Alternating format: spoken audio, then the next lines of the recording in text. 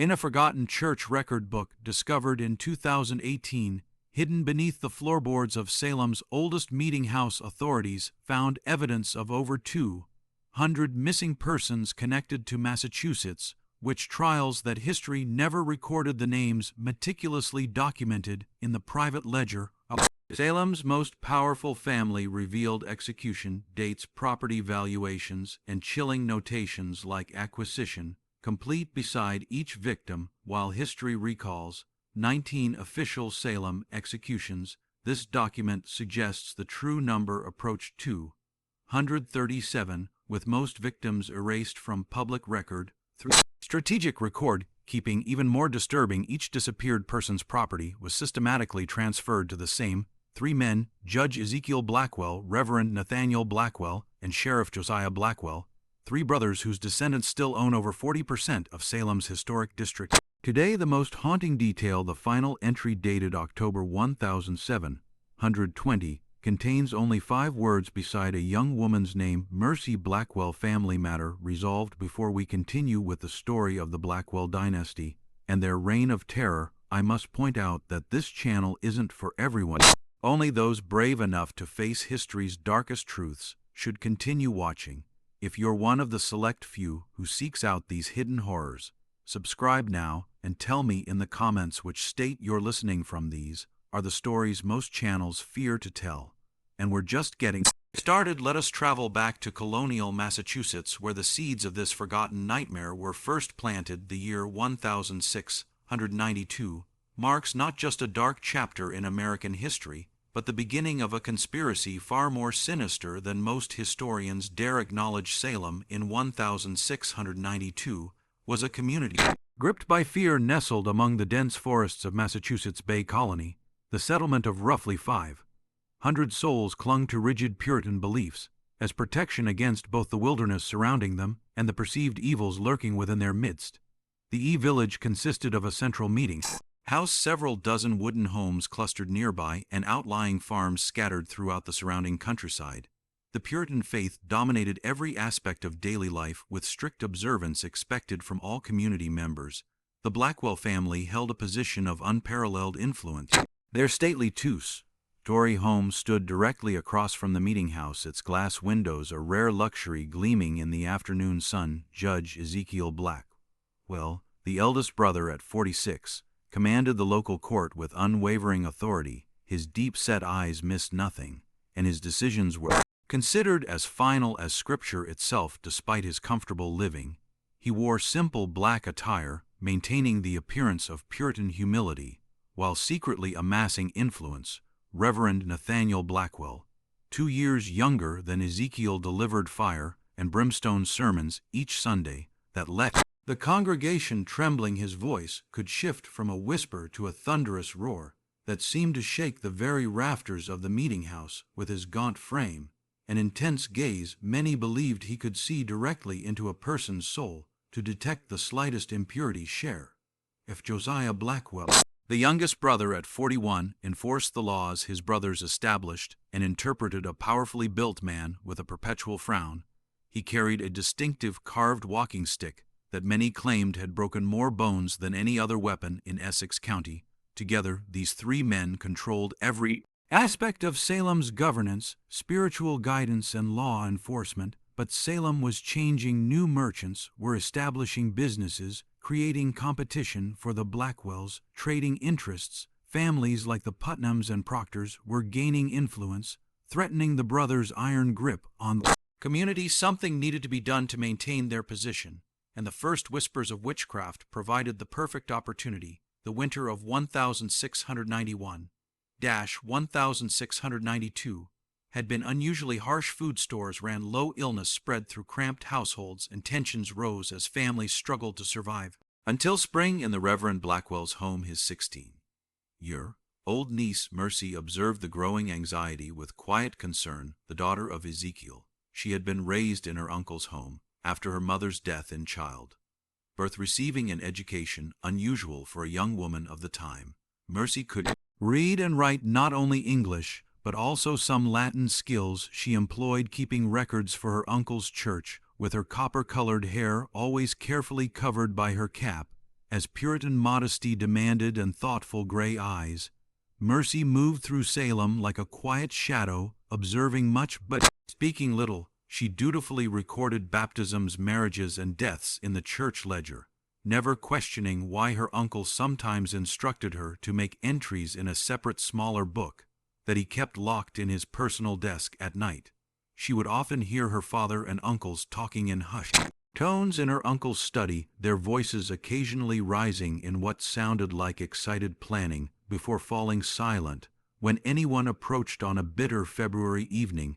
As Mercy carried firewood to her uncle's study, she paused outside the door, hearing her father's voice raised in unusual animation. The Porter widow's land adjoins the river. Access we need. With her husband gone, she'll never maintain it properly. Ezekiel was saying she refused to sell to me twice now, replied Josiah, his deep voice tinged with frustration. Perhaps, said Nathaniel, his tone measured and cold. The widow Porter might soon face troubles of a different nature. I've heard disturbing reports of strange behavior. Times like these require vigilance against the devil's influence. A chill that had nothing to do with the winter cold ran down Mercy's spine as her uncle's laughter mingled together 2 weeks later, when the first accusations of witchcraft erupted in Salem village. Mercy couldn't help but remember that conversation and wonder at the coincidence. The accusations spread like wildfire through the dry kindling of Salem's fears, young girls writhing on the meeting house floor, claiming invisible torment.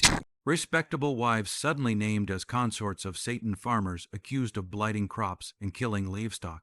And at the center of it all stood the Blackwell brothers, Ezekiel solemnly presiding over hasty trials, Nathaniel providing theological justification for the proceedings, and Josiah dragging the accused from their homes in the dead of night. What began with 3 accused witches in February swelled to dozens by May. The jail overflowed with frightened prisoners awaiting trial. The community fractured as neighbor accused neighbor, old grudges suddenly recast as evidence of malefic influence.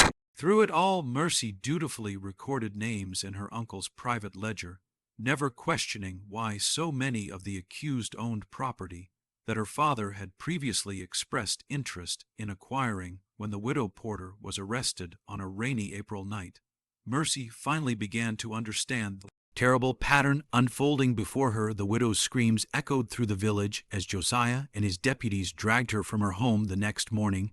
Mercy overheard her father and uncles discussing how her property would need to be managed during her imprisonment. Within a week, the widow's prime riverside land had been purchased by Ezekiel at a fraction of its value, ostensibly to pay for her care while imprisoned. As spring turned to summer, the executions began. The first to die was Bridget Bishop, hanged on June 10th at what would later be called Gallows Hill. Mercy watched from a distance as the woman's body swung from the branch of a great oak, her uncle's voice rising in prayer for the soul of the condemned. Which that night, unable to sleep, Mercy slipped into her uncle's study and with trembling hands opened the locked drawer using a key she had secretly copied weeks earlier. In the dim light of a single candle, she opened the leather-bound ledger and began to read. What she found turned her blood to ice. The book contained not only the names of the accused and their supposed crimes, but detailed inventories of their properties, debts, and assets. Beside each entry, notations showed how these holdings had been or would be acquired by the Blackwell brothers at severely reduced prices. Most disturbing were the names, dozens of them, that Mercy had never heard mentioned in the public trials, names followed by dates of execution, and the simple phrase matter concluded or acquisition complete. If what she read was true, her father and uncles had not only manipulated the witch panic for financial gain, but had conducted secret executions of people who were never officially charged, their disappearances attributed to flight or abandonment of the community. The official count of witch trial victims, which would eventually reach 19 in the public record, was dwarfed by the true number recorded in this hidden ledger. Just when we thought we'd seen the depths of human cruelty, the horror in Salem intensifies. If this story is giving you chills, share this video with a friend who loves dark historical mysteries. Hit that like button to support our quest for truth. And don't forget to subscribe to never miss stories like this. Let's discover together what happens next as Mercy Blackwell's world unravels around her. the summer of 1692, brought no relief to Salem.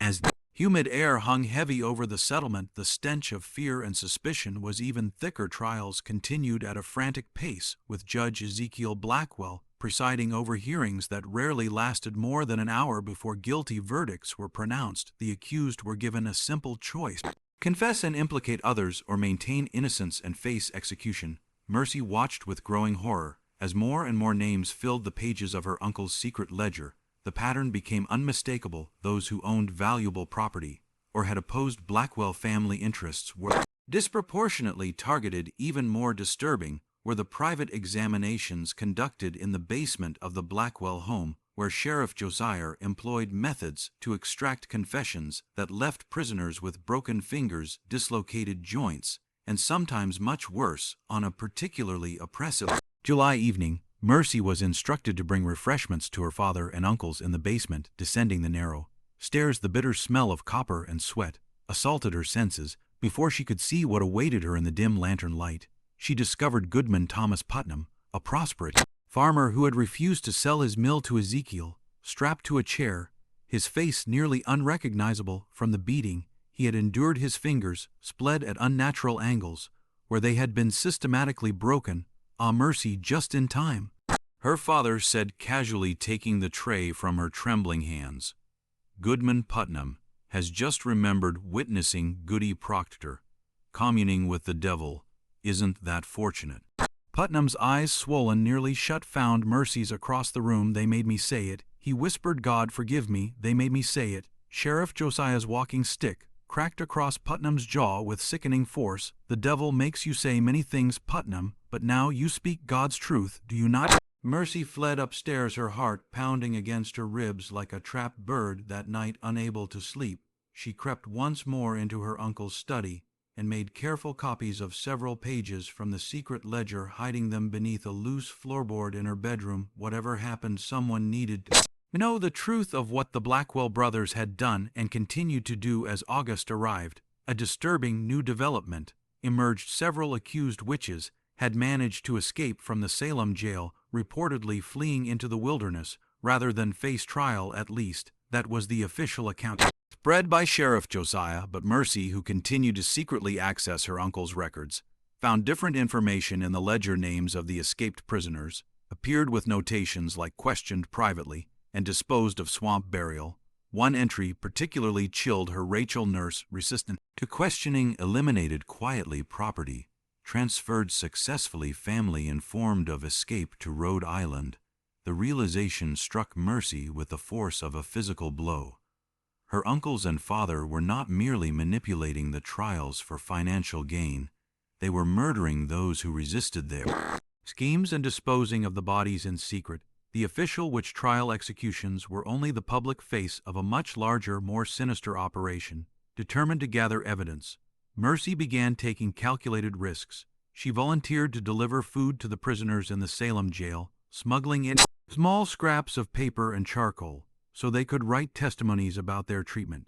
She quietly approached relatives of the escaped prisoners, asking innocent-seeming questions about whether they had received any word from their missing loved ones. Most tellingly, she began creating her own ledger documenting the growing web of properties acquired by her family through the trials. By September, the Blackwell brothers had accumulated substantial holdings throughout Essex County. Judge Ezekiel now owned 3 mills, extensive farmland, and several commercial buildings in Salem town. Reverend and Nathaniel had acquired 2 rival churches' properties and the lands surrounding them. Sheriff Josiah controlled much of the riverside property, giving him effective command over shipping access. Their wealth had multiplied exponentially in just 7 months, but opposition was growing. Cotton Mather, influential minister from Boston, had written expressing concerns about the evidence being accepted in the Salem trials.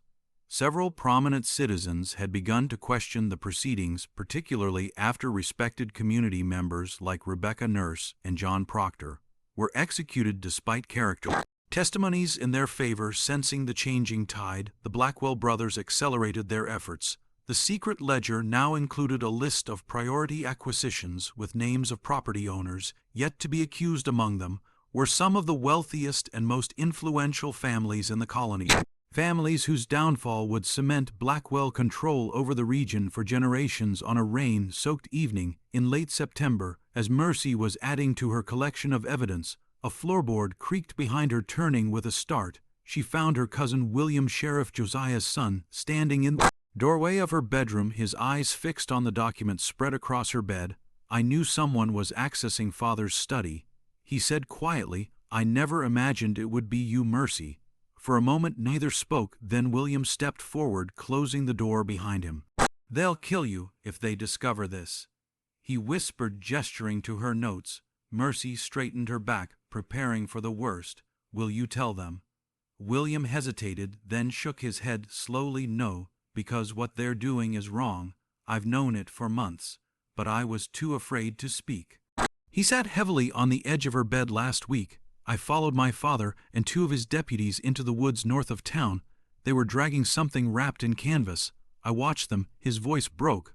"I watched them bury Goodwife Foster in an unmarked grave. She didn't escape to Rhode Island, as they claimed." Mercy felt a surge of hope at finding an unexpected ally, but it was quickly tempered by fear. "We need proof that others will believe my word against my father's, or yours against your father's. Won't be enough. There's a meeting tomorrow night," William said after a long pause. "All 3 of them in Uncle Ezekiel's study. They're planning something big, something they're calling the final acquisition phase. If we could somehow hear what they're planning the following night."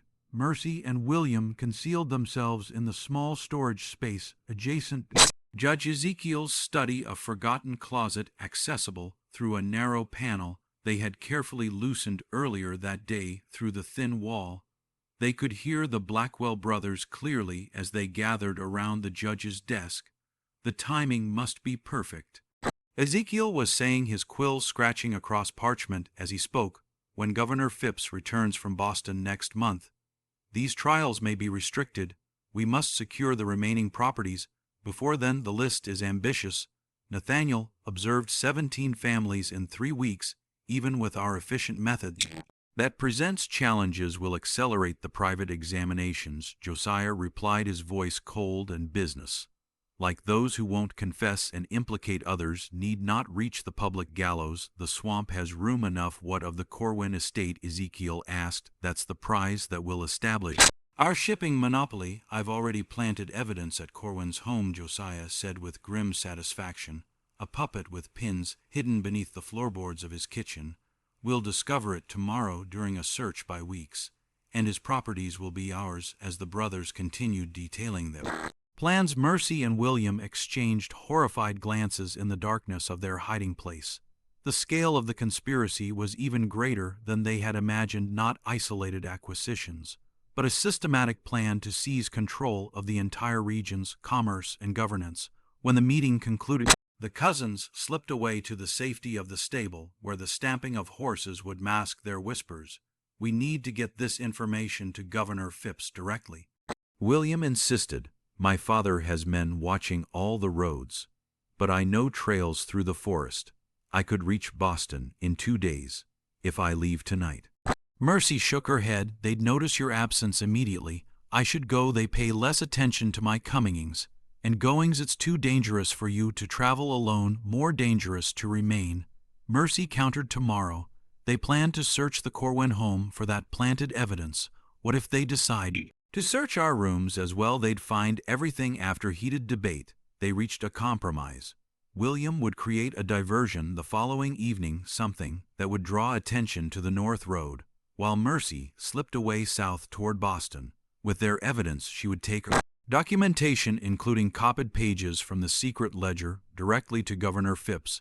The next day passed in excruciating slowness as Mercy made careful preparations, concealing documents in the lining of her cloak and securing a small packet of food. As dusk approached, William departed on his errand, promising to start a small fire in an abandoned barn north of town, enough to draw attention, but not endanger anyone. Mercy waited for the alarm to sound, her small travel sack hidden beneath her bed, but as the church bell began to toll, signaling an emergency, her bedroom door burst open. Sheriff Josiah stood in the doorway, flanked by 2 deputies, his face twisted in cold fury. "Mercy Blackwell," He announced formally, "You are hereby charged with witchcraft and conspiracy against godly authority." Behind him appeared her father and uncle, their expressions unreadable. "Search her room," Ezekiel ordered. Devil leaves evidence of his influence with practice efficiency. The deputies tore apart her small chamber, quickly discovering her hidden documents. And the travel sack Josiah examined the papers, his face darkening with each page he reviewed. "It seems my niece has been quite busy," he said, handing the documents to his brothers, "recording her meetings with the Dark One, planning to spread lies about godly men. How did you know?" Mercy whispered, her voice barely audible. Ezekiel stepped forward, his cold eyes fixing on hers. "William has always been a loyal son. Did you truly believe he would betray his family for a foolish girl's fantasies?" The betrayal struck Mercy like a physical blow. She had trusted her cousin completely, never imagining he would lead her into a trap. "Take her to the special holding room," Nathaniel instructed. "Well, begin her examination immediately by morning.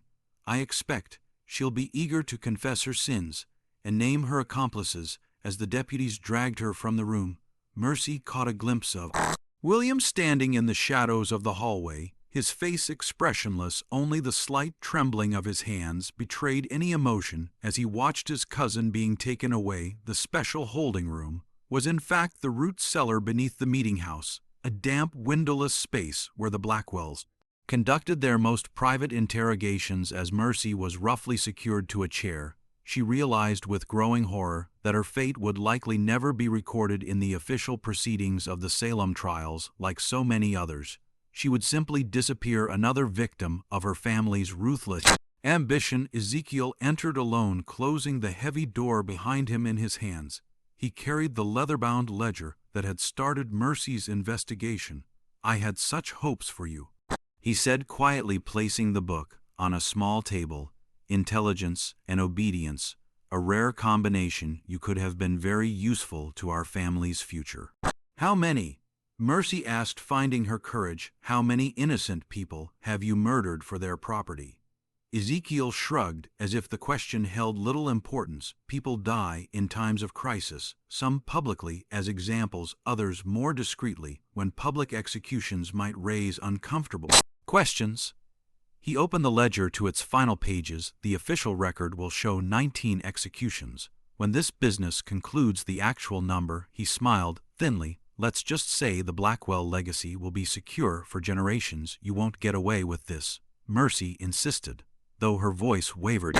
"Governor Phipps will investigate. Others are already questioning the trials. By the time any investigation occurs, evidence will be scarce and witnesses scarcer still." Ezekiel picked up a quill and dipped it in ink. "Now I have a final entry to make in this book. The question is, what shall I write beside your name, daughter?" The tension in that root cellar would mark the turning point in Salem's darkest chapter, though few would ever know the full truth of what transpired there. As the events in Salem reached their climax in October of 1692, a remarkable confluence of circumstances altered the course of history. Governor William Phipps, returning early from Boston, issued a proclamation forbidding further arrests based on spectral evidence, though Mercy's whereabouts remained unrecorded in any official document from the period.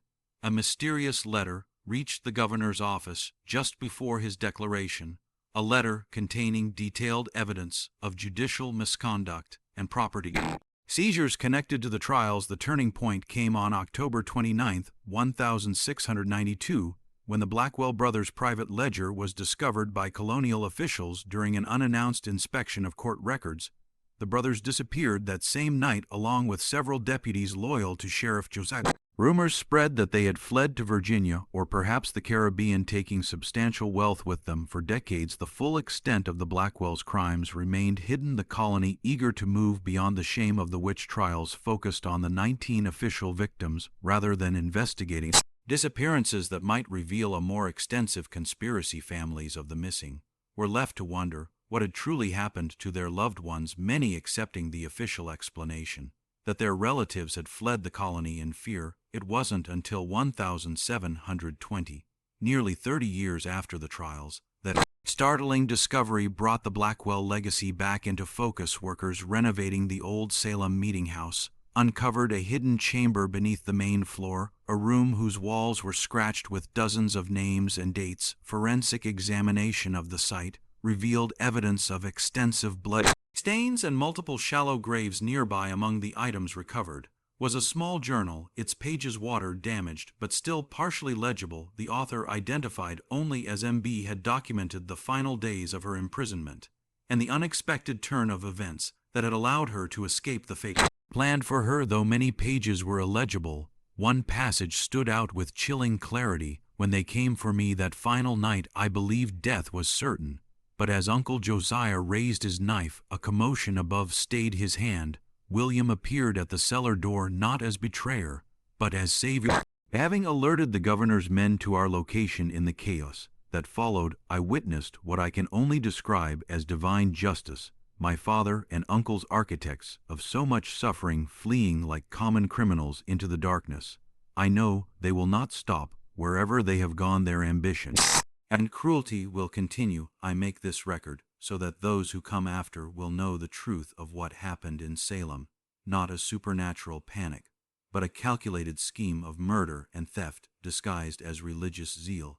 The official records show 19 victims. The true number approaches 237 souls. Their names recorded in the Blackwell ledger, and on these walls where many breathed their last. I write this in October 1720, having returned to Salem after years in hiding, determined that the truth will not remain buried forever. The journal ends abruptly mid-sentence, its final page stained with what appears to be blood. No record exists of what became of Mercy Blackwell after this entry, though local legend suggests she may have been the final victim of her family's legacy, perhaps tracked down and silenced by relatives determined to protect the Blackwell name. The passage of time often buries darkest secrets, but sometimes the truth finds ways to surface, no matter how deeply it was buried in the centuries. Since the Blackwell descendants scattered throughout New England, many changing their name to escape the growing rumors of their ancestors. Crimes property records show that much of Salem's most valuable land remained in Blackwell-connected families until the mid-9th century. The blood-soaked origins of their wealth, obscured by time and deliberate omission from historical accounts.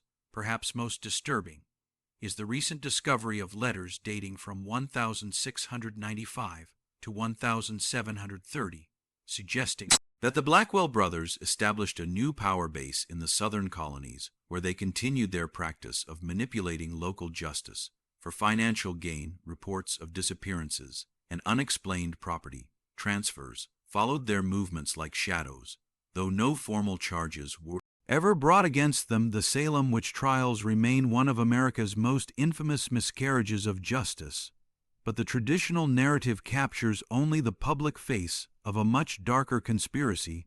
While scholars debate the exact number of victims and the full extent of the Blackwell's crimes, evidence points to a systematic campaign of terror and acquisition that far exceeded the official record. This mystery shows us how the most terrifying monsters in history are not supernatural beings, but humans driven by greed and the lust for power. What do you think of this story? Do you believe everything was revealed, or are there still Blackwell secrets waiting to be discovered? Leave your comment below. If you enjoyed this tale and want more horror stories like this, subscribe, hit the notification bell, and share with someone who loves historical mysteries. This channel isn't for everyone, only those brave enough to face the darkest truths of our past. See you in the next